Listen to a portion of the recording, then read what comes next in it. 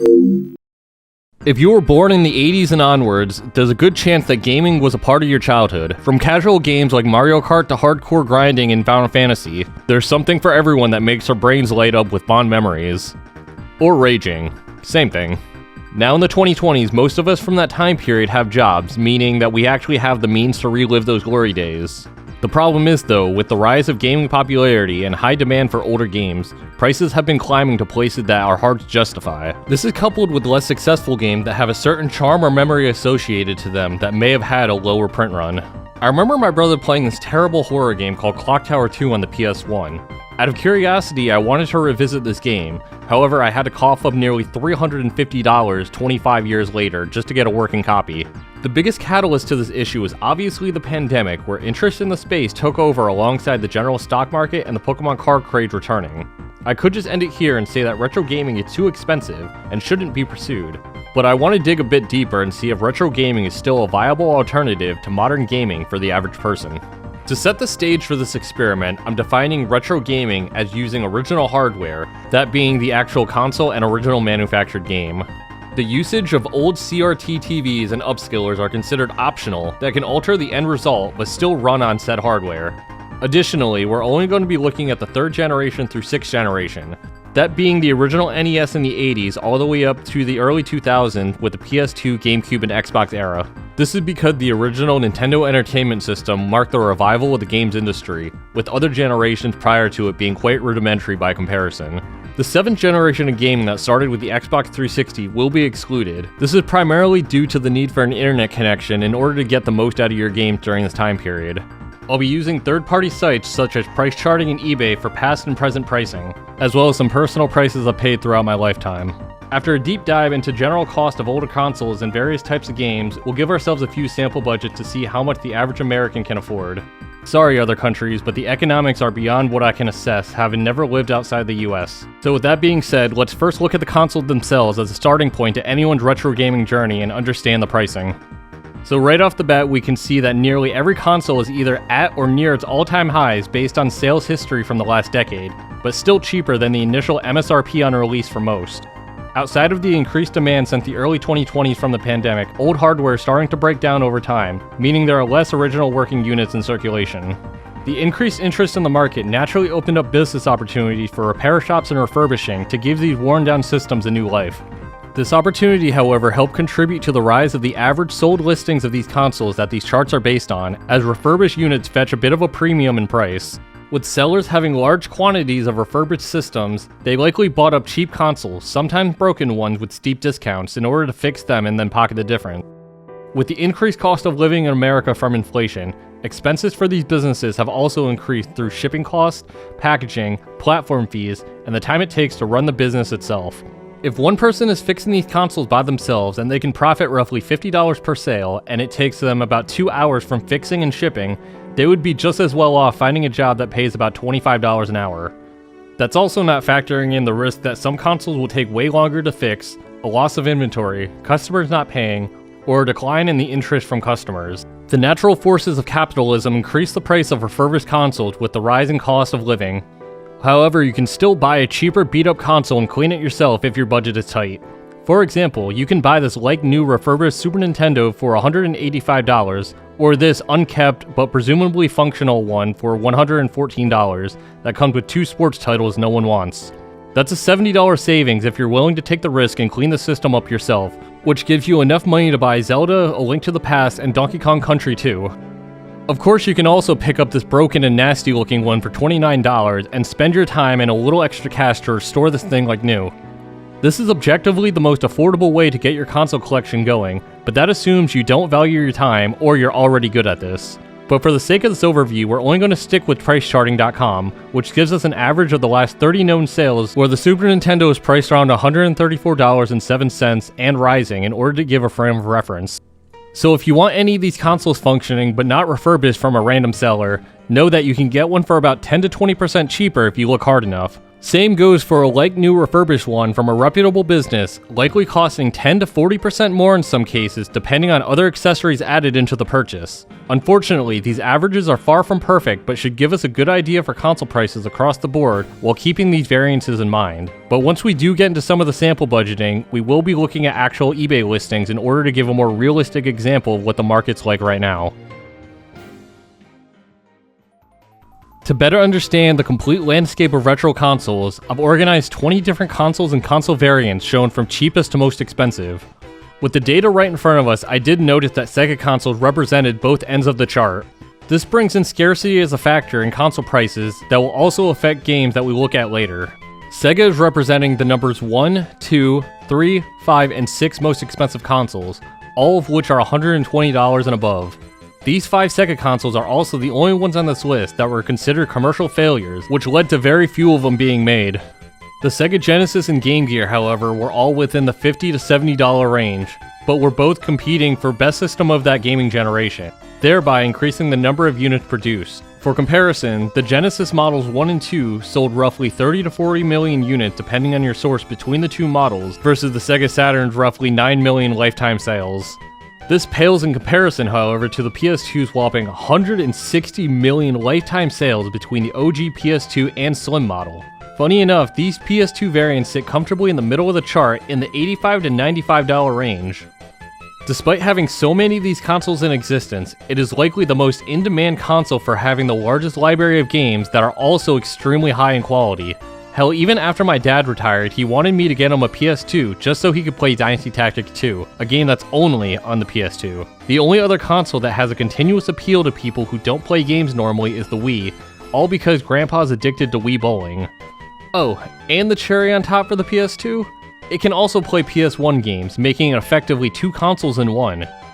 Had this not been the case, the PS1 would likely not have been the second cheapest console on the list at $53, considering its strong library in both quantity and quality. With that being said, anyone who wants to get into retro gaming should start with the PS2 at the obvious starting point from both a cost and game selection point of view. A similar value proposition can be made for the Game Boy Advance, seeing it's also backward compatible with the Game Boy and Game Boy Color titles for $60-ish. The only issue, however, is the need for batteries that can add up over time, which is why it's so cheap compared to the Game Boy Advance SP for a little under $100, which has a rechargeable battery and a built-in light. Also be aware that the SP technically has 2 different versions, the 001 and the 101 versions, with the 001 having a front light and the 101 version having a backlight. The backlight is definitely the superior lighting setup, making them cost a little bit more if you seek them out. Whether or not you get any of the remaining systems shown between the $80 to $100 range is specific to what games you want to play that were exclusive to that console. Most of the expensive Sega consoles mentioned earlier have most of the titles ported to other consoles, making them more of a flex or a collector's piece, and are definitely not worth the asking price if gaming on them is your only priority. For this reason, we will not be using any of these Sega systems in our budget comparisons later on in this video. So you've picked up a PS2 and another console of choice, and now it's time to pick out some games. Maybe you want to pick up Silent Hill 1 because you missed out on it back in the day. Oh damn. Now that's more than both consoles you just bought. Since when did everything get so expensive? Yep, that makes sense. Like I mentioned earlier, the pandemic really did a number on the demand for retro gaming as everyone was stuck inside, given free money from the government, and told not to work unless you were considered an essential worker or worked from home. People out of work were given $600 a week, which translated to about $15 an hour for full-time work, with an additional $1,200 flat check per person making under $75K a year. At the time, most Americans qualified for this $1,200 check, and most were also making under $15 an hour, giving many individuals a surplus of cash with a seemingly unlimited amount of free time. This combination of black swan events created a surge in demand for entertainment, with older games being an early target to get bought up on the secondary market. This didn't necessarily mean, however, that all games got expensive, as some of the more widely available titles like Super Mario 64 and Sonic 2 didn't get that much of a price hike. Secondhand sellers were likely stocked with admittedly good games that just didn't have enough demand compared to the supply. I was surprised, however, to see how expensive old Pokemon games have gotten as their prices just kept rising, despite them being massively produced, which breaks the current trend that massively produced games end up staying more affordable. The continued popularity of the Pokemon franchise has maintained interest from nearly anyone who also plays video games as well as collectors. But really though, Emerald's chart looks like Nvidia's 5-year stock price. It's both ridiculous and quite impressive all at the same time. Other games you can get on the cheap are ones that have been ported or remastered multiple times, effectively making the original versions obsolete. The Kingdom Hearts games are a perfect example of this, with parts 1 and 2 costing less than $8 a piece, despite being 10 out of 10 masterpieces according to price charting.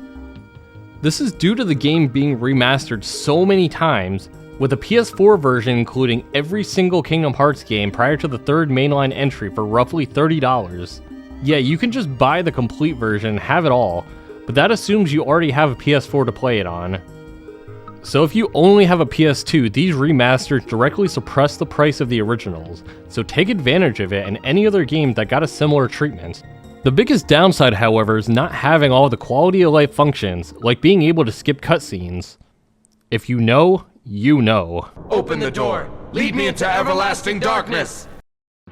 Another factor to consider when picking out games to buy is when a game is released across multiple consoles. For the 6th generation, the GameCube titles typically hold a premium, while Xbox versions typically are discounted compared to the PS2. The Simpsons Hit and Run is a full $20 more on GameCube versus the PS2 version, with the Xbox getting a few extra dollars knocked off the price compared to the PS2 version. All for the same game. This is even further shown with Silent Hill 2 and 4, with Silent Hill 2 on the Xbox averaging around $38 loose or $65 for complete in box, versus the PS2's version being $106 loose or $168 complete in box. Mind you that the Xbox version is roughly 65% cheaper and has an additional story episode that expands the story exclusive to the Xbox version. Silent Hill 4 has a slightly smaller price gap, but the Xbox version is still less than half the price of the PS2's version. Cases like this come up because outside of a few titles like Halo, the Xbox's library is just much smaller versus the PS2. Most people already have a PS2 and don't want to add another console to take up space. People will sometimes pay a higher price just for the sake of convenience. Looking further into it, there are some complaints though about the Xbox versions having some glitches due to it being a port from the PS2, giving the Xbox version another reason to be cheaper. Other reasons for price differences across consoles are when platform-specific features are included.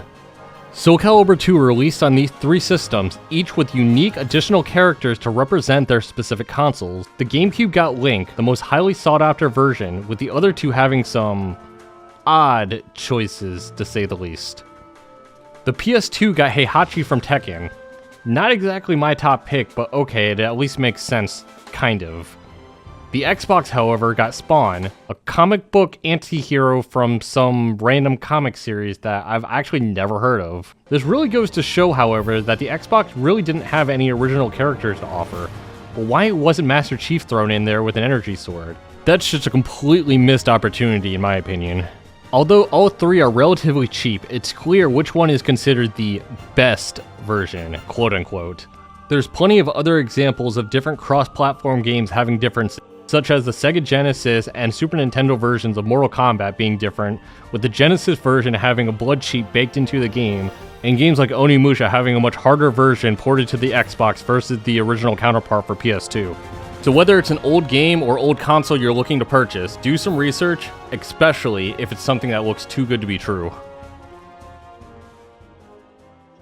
In the aftermath of the free money era, inflation had run rapid with the cost of living rising to an uncomfortable level. It's no secret that most Americans live paycheck to paycheck, but are still able to squeeze gaming into their budget.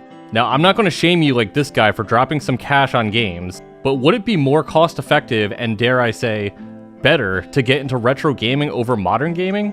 With the PS5 base model being around $400 to $500 and the upcoming Switch 2 rumored to be $400, plus $70 for new titles is quite a bit to stomach. Also, don't even get me started on PC gaming. Like, I could have bought 3 PS5 Pros for what I spent on my current rig, but we'll get to PC gaming later on in this video. At the very least, retro consoles themselves are pretty cheap relative to modern systems, and come with a fully expanded library to access immediately. Well, yes, there are older titles that get up into the hundreds of dollars, but that's more the exception than the rule. Funny enough, a lot of games that break the $200+ range aren't even that good, but are simply collector's items due to pure scarcity. I'm looking at you, Clock Tower 2. If you're in your late 20s or older, most games you grew up with are likely still cheaper than most modern titles due to them being widely available. A lot of great Nintendo games are still between $30 and $50 a piece, assuming you're not referring to Pokemon like previously mentioned. Man, these charts still amaze me. The Genesis and Game Boy Advance library tend to have a lot of bang for your buck, with a wide selection with Sonic titles being great pickups for either console. For RPG fans, prices are all over the place, with Final Fantasy titles being both legendary and on the cheaper side thanks to how many copies sold, as well as low-priced Steam ports to suppress the secondary market with cheap alternatives. So with that said, let's look at the cost of modern games and see if retro games are more or less expensive. I'll be looking at GameStop, Best Buy, and Walmart to get a general sense of how much modern console games cost. I'm not including Steam since PC gaming is a whole other beast in itself. I will say though that games on Steam in and of itself are definitely the cheapest way to game, assuming you already own the machines, but we'll get to that later. Both Walmart and Best Buy mostly sell the newest of the new at market price, with a few older titles discounted at this point. Most ranging from $30 to $70, with a few up there to $90 to $100 range for special editions and future titles. Man, we've had $60 new games for about 18 years straight, with a small jump up to $70. Then a year later, we're looking at $100 per game on release. Maybe Parasite Eve for $71 isn't so outrageous after all. Surprisingly, GameStop had the best selection and prices, with sales on some decent titles. I guess that makes sense since they're an actual video game store, but at this point, if GameStop isn't stealing my money, I consider that a win nowadays. Despite the surprise, however, the list of cheaper games is still pretty short overall. So when comparing console to console and title to title, retro gaming can definitely be a more affordable way to game if you're starting from ground zero. Let's take a look at a few different ways you can start your gaming journey, starting with a $500 budget, then an additional $100 per month over the course of 6 months. Unless you're already completely stretched financially, it's not too hard to squeeze out an additional $100 a month on a new hobby. Cook cheaper meals at home instead of getting takeout, cut some unused streaming service, brew coffee at home, you get the idea. I'll be outlining 2 iterations of both modern gaming and retro gaming using this budget model. All prices shown will be actual listing prices that could be purchased at the time of writing with shipping costs included if necessary. Since sales tax will vary from state to state, I'm going to apply a flat 5% on all items to simulate an average. But if you're someone living in a sales tax-free state, you can add an extra $55 at the end of each 6-month budget. After a few hours of making 4 different budgets, the results are in, and they're a little surprising. Let's begin with the 2 modern gaming budgets I've designed. The first budget starts off with the base model PS5 and Black Myth Wukong from GameStop costing about $498.73. Modern gaming has the highest barrier to entry due to the newest console prices and new games being the most expensive we've ever seen. So we have a full month of just Black Myth Wukong before picking up the new Kingdom Come Deliverance 2 for $69.99 and opting for the budget-friendly PS4 version of Horizon Zero Dawn off eBay for around $20 at the end of the first month. End of month 2, we go more cost-conscious and get GTA 5 and Dead Space Remake on PS5 for $20 a piece and pocket the remaining $65 for a future big purchase. Next month, we just get a second controller for convenience, since the PS5 is also being used as a streaming device, as well as being preoccupied with GTA 5 and Kingdom Come Deliverance 2. We save our money for month 4 to get a Switch Lite with Zelda Echoes of Wisdom bundle and a digital copy of Stardew Valley for some cozy gaming for the month after.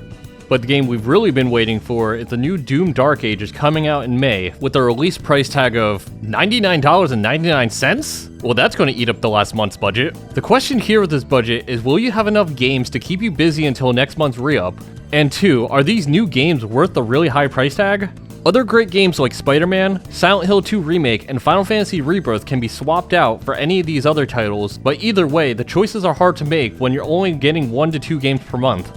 At least at this point, however, you have the expensive setup and can start with some PS4 titles on the cheap, but at that point, what's the point of even getting the PS5? Next up, we get an Xbox Series X with a Game Pass subscription for $19.99 a month. There, we just solved the issue of not having enough game variety from the last example. Well, kind of. $19.99 for a large library to stream is great. However, you are at the whims of Microsoft supporting the service, as any game you're playing can be taken down at any point. We use Game Pass exclusively until the end of the 5th month, where we take the cash that we save from each month and spoil ourselves with an OLED Switch and Metroid Prime Remaster. For the last month, we pick up a few more Nintendo exclusives, including Mario Odyssey and Splatoon 2 for around $80. Mind you, $20 a month is still going towards Game Pass. I really hope you're still using it at this point. With a setup like this, all future purchases are going to the Switch, mainly for exclusives. Game Pass has been quite controversial since its inception, moving towards the you will own nothing and be happy dystopian future, but can be great if you don't want to keep sinking in large sums of cash anytime you want to play something new. Another downside, however, is when Microsoft inevitably increases the price of the monthly subscription, which in the long run might be a very expensive way to game. This is especially true if you really only play a handful of titles. A better use of this service, in my opinion, is signing up for a few months to sample a bunch of games and then make a list of purchases that you want at a future date. Alright, it's time for the fun part now, the retro game budgets. The start of the first budget, we get, well, a lot. For our initial $500, we get a refurbished PS2, Sega Genesis with 2 controllers and a stack of games, an HD upscaler, Sonic 2, Streets of Rage 2, Baldur's Gate Dark Alliance 1 and 2, Hitman Blood Money, Resident Evil Code Veronica, and iNinja. Do you get all that? Now, let's break that down a little bit. Both consoles plus the Sega Genesis upscaler cost less than just the PS5 with no games. And yeah, 24 out of the 25 games that came with the Sega Genesis are bad, but hey, it's got Echo the Dolphin. That and it can be fun to sample a large library of bad old sports titles with a friend. I wanted to include the upscaler as well since it's something that I actually use myself, not just for the better image, but because most TVs don't have a composite port anymore. I'd also wager that most people watching this video don't even know what a composite cable even is. As far as the rest of the titles, most are under the $20 mark, but don't lack in quality and covers most genres. Also just wanted to note that the PS2 did come with a memory card as well. The first end-of-month purchases are Resident Evil 1 and 2 on the PS1 with a PS1 memory card. Things like memory cards can be annoying with older systems, but luckily they're rather affordable. Both titles are reaching into the $30 range with decent conditions, but don't worry, we'll touch on that later. Next month we continue to slow down on purchases since we still have quite a bit of games to play, but decided to get Final Fantasy VII as an old school RPG masterpiece, costing us a little over $40 for the greatest hits version. This keeps us busy so we don't make any purchases during the end of month 3, so that way we can save up for a Game Boy Advance SP 101 model with a charger and a copy of Pokemon Ruby with a fresh save battery for $242 and change before tax. Ooh, that Pokemon tax is quite real. We also get a second PS2 controller for under $20 to start getting some 2-player games. We convinced our roommate to play some PS2 games with us, so we get Twisted Metal Black and The Sims 2. 2 wildly different games, but are great multiplayer games in their own right. We also got Sonic Advance 3 and Final Fantasy 4 on the Game Boy Advance the same month to expand our handheld capabilities. Once again, 4 very different titles picked up, and only eating slightly more than the monthly budget, but we still had $10 left from the previous month to make up for it. For the last month of the budget, we expand the Genesis library with Battletoads, the true Dark Souls of the early 90s, and a fan favorite, Sonic 3 for roughly $35 and $40 respectively. With the last $23, Star Ocean Till the Ends of Time is picked up as a cheap RPG that most people have mixed feelings on. I'm finishing up a playthrough of this and I'm planning on making a lengthy video discussing the good and the bad, so if you're interested, be sure to subscribe so you don't miss it. Another reason for picking up a cheap but controversial game like this is it might be a game that you really connect with, or ends up being a letdown. But hey, either way, it's still cheaper than most League of Legends skins. Last but not least, a GameCube N64 combo with an extra N64 controller, Mario Party 3, Resident Evil Remake, Pikmin, Zelda Wind Waker, Banjo-Kazooie, and Metroid Prime for $468 before tax is picked up. Like the last budget start, that's a lot of games for under $500. Not only that, but the original Metroid Prime is almost half the cost of the remastered version on Switch from the other budget. Yeah, it's going to look better on the Switch, but there's just a nostalgic factor that exists with the original graphic. Note, however, that the average cost of these games is definitely higher than the Sega PS2 combo, but most games on Nintendo consoles are usually of higher quality to them. For the end of the first month, we get Final Fantasy Crystal Chronicles, Quake 64, and Sonic Heroes. Unfortunately, we're starting to consider disc-only with some of these future titles, as the complete in-box prices can cost quite the premium. End of month 2, Paper Mario Thousand Year Door is bought, with the rest being saved up for a game with a hefty price tag. For about $140 before tax, you can buy Pokemon Colosseum with the case but no manual. The Poke tax is way too real. It's an unfortunate truth that if you want to play this game, this is pretty much your only option unless, you get it through other means. We'll touch on that later. From here, we start getting into retro game night with some friends going. So we start putting the 4 controller ports to work with 2 more GameCube controllers and Mario Party 4 for the same price as a new PS5 game. I think I'm starting to see a pattern here. By month 5, we can afford a 4th controller for the GameCube and a copy of Mario Kart Double Dash, which costs just as much as Mario Kart 8 Deluxe on the Switch. Nintendo, why do your old games have to be so damn expensive? And for the last month of the budget, we get Sonic Adventure 2 Battle after playing Sonic Heroes for approximately the cost of a pair of AirPods or 72 rolls of Charmin Ultra Soft. Which of these 3 would you rather have? Let me know in the comments. To round out the end of the budget, we pick up Mega Man X Collection for roughly $30, giving us access to the first 6 Mega Man X games on the Super Nintendo and PS1. So there you have it. Over 6 months you can have one of the following: a PS5 and Switch Lite with 8 games in total, an Xbox Series X with a Switch OLED and 3 Switch games plus Game Pass, which is an ongoing expense into the future, a PS2, Sega Genesis, and Game Boy Advance with 19 games plus 24 crap games, or an N64 and GameCube with 15 games and a 4-player setup that can continue to expand for party nights, all for roughly the same price.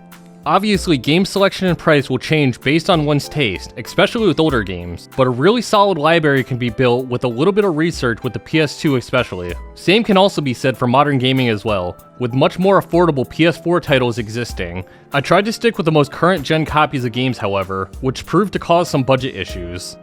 Chasing the best eye candy has been one of the biggest selling points for modern gaming, so settling for the last gen version just didn't really fit the spirit of modern gaming, with the Switch being the one exception.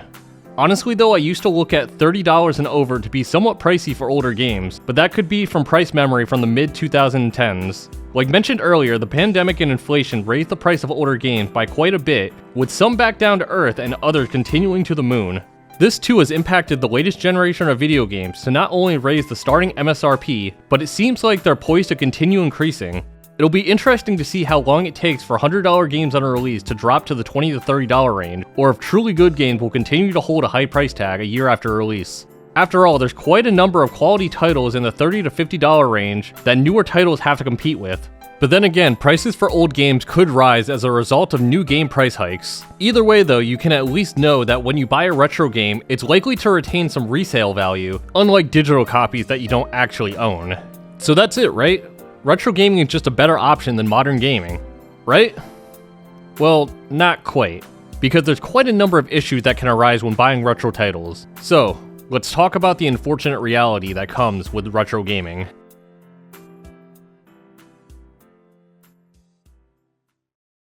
When going through the retro game budgets, it wasn't as simple as typing in the game and finding the cheapest copy. Many of the titles included in the budgets had up to 5 copies I had to look at before finding a listing that wasn't sketchy or overpriced. The amount of times I'd see a listing with a good price only for the back of the disc to not be shown at all was staggering. Now I know this isn't the case with every seller, but if you're going to go out of your way to take multiple photos showing the game and extras, but choose not to show the back of the disc, it's likely that the back is noticeably scratched. There were some too that did show the ugly looking backs, which we did not include as any purchases due to concerns of them not being playable. Also, while we got the case for most disc-based games, there were a good handful that had no manual, with some copies being disc only in order to save some money. This is even more so for cartridge games, since most of the original boxes were flimsy cardboard that were immediately thrown out back in the day. Even when buying complete in box, cases are sometimes questionably looking with some old stickers, dents, and stains on them. Just know that if you want your retro game collection to look nice, expect to either pay quite the premium or get good at cleaning. Also to note, the only refurbished system that we bought was the PS2, with the GameCube appearing to be sold as tested by a small business, and the N64, Game Boy, and Sega, well, who knows what condition those came in. The console prices definitely varied depending on the condition, with most straying from the price charting prices. I was also disappointed to see that some of the Kingdom Hearts games being a lot more expensive than the actual price charting, signaling that the floor price of some of these great old games are starting to rise and price charting data still hasn't caught up with it. Surprisingly, most other games were pretty in line with price charter, unfortunately for some more than others. Oh, never mind, it's in Italian, forget about that. Also notice all the dried out save batteries. When we picked up Ruby as a cheap alternative to Emerald, we paid a little extra to get one with a new save battery installed. Since these old cartridges have actual batteries powering the save files and internal clocks, nearly every original battery in old Pokemon games are just straight up dead. You can buy one with a dead battery and replace it yourself to save a few extra bucks, or pay up to buy one that's already been replaced. I bought a dead battery version of silver and replaced it many years ago, although the inside doesn't look very pretty, but it is functional. You can also buy a pack of these replacement batteries, with each individual one costing around $1 a piece, and either solder it on or use electrical tape. It's not a bad idea to have some of these extra ones laying around just in case, but obviously this is a problem that doesn't exist in modern gaming. Much like the refurbishing business, many online resellers will buy discounted copies with dead batteries and replace them and then sell them for a profit. Another issue that may not matter to some is the amount of repros out there. A repro is short for reproduction of a game, most commonly seen with cartridges. Most of the time, these repros function just like the real thing and can be significantly cheaper than the authentic versions.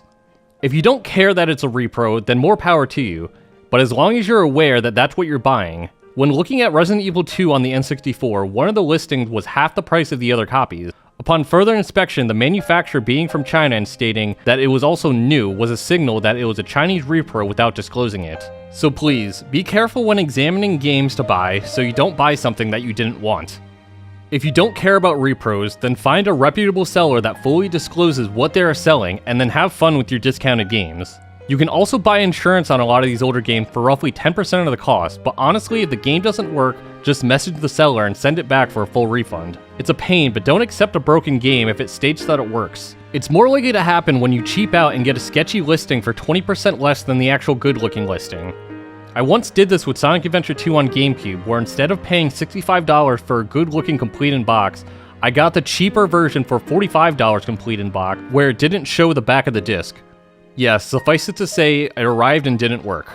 After messaging the seller, they insisted that it worked before they sent it, and suggested a bunch of different cleaning methods. I simply asked for a refund and received a return shipping label, and got my money back. I may not have lost any money in this exchange, but it was still an inconvenience that I didn't have to put myself through.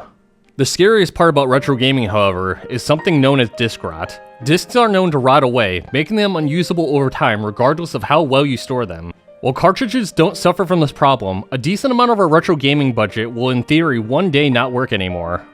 There are differing opinions on the matter, with PS2 games having an estimated lifespan of about 25 to 35 years before disc rot becomes a concerning factor, with others arguing that disc rot is due to manufacturing errors. Regardless of how legitimate an issue disc rot actually is, the continued use of discs can wear them down over time, as well as the physicality of handling discs. In most cases, I don't think this is a real problem at the moment, but it's something to keep in the back of your mind when buying expensive discs. If all of this sounds like a headache or too expensive, there are alternatives to retro gaming that can be used in order to preserve older titles. Before discussing some of the gaming alternatives, I need to make something very clear. Some of these alternatives are considered illegal in different parts of the world. The sale and distribution of pirated games is punishable by law, and I do not condone such illegal actions. I do, however, believe that it is important to discuss for the sake of both gaming preservation as well as future solutions when accessibility for older titles becomes out of reach. As mentioned earlier, repros are an affordable substitute for cartridge games with high price tags, normally costing roughly $30 to $40, with most of the cost being the materials to manufacture, shipping costs, and profit margins for the seller. Outside of repros, older consoles can be modded to run ROMs burnt onto CDs that can be ripped from the original game and downloaded online. While it is a lot harder to find legitimate ROMs to download without getting your computer infected, these ROMs still exist out in the wild for those who want to take the risk. Other forms of modding can be done to run game ROMs off an SD card, either from the internet or backup files from your own physical library. I was able to play a modded PS1 from a friend of mine. Shout out to Brandon, you know who you are. The modded PS1 contained a library of games running on an SD card with the ability to use a PS2 or PS5 controller. The footage on screen is captured from this modded system, with the gameplay experience not differing from the actual CD. If you put in the time and effort to learn some workshopping skills, something like this can be achieved for roughly $100 without worrying about your games being damaged anymore after backing them up onto the SD card. This tends to get harder with newer titles, making it a way to preserve older games instead. On the console and accessory side, there are companies that make modern versions of retro consoles that can play games from multiple different systems for under $100. This substitute is likely another reason for some of the older consoles being sold at the prices that they're at. Controllers and memory card knockoffs are also plentiful at affordable prices that function just as well as their original counterparts. There's even newer hardware that allows handheld games to be played on your PC, like the Epilogue Playback, which I use to capture Game Boy and Game Boy Advance footage. The epilogue playback can also back up game saves, as well as having a function to detect if a cartridge is authentic or fake, all for the price of $49.99, which is about half the price of a Game Boy Advance SP. I know this section sounds like a sponsorship ad, but I truly do love this thing.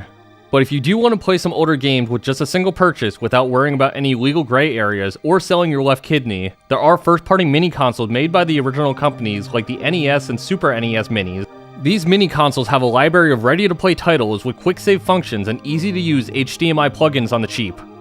If you do, however, want to play some more modern games on the cheap, the best alternative is playing on a console from one generation behind like the PS4 that can be found for roughly $120 to $150 before tax. Not only that, but you can find bundles of PS4 games on eBay for pretty low prices relative to both retro and new games.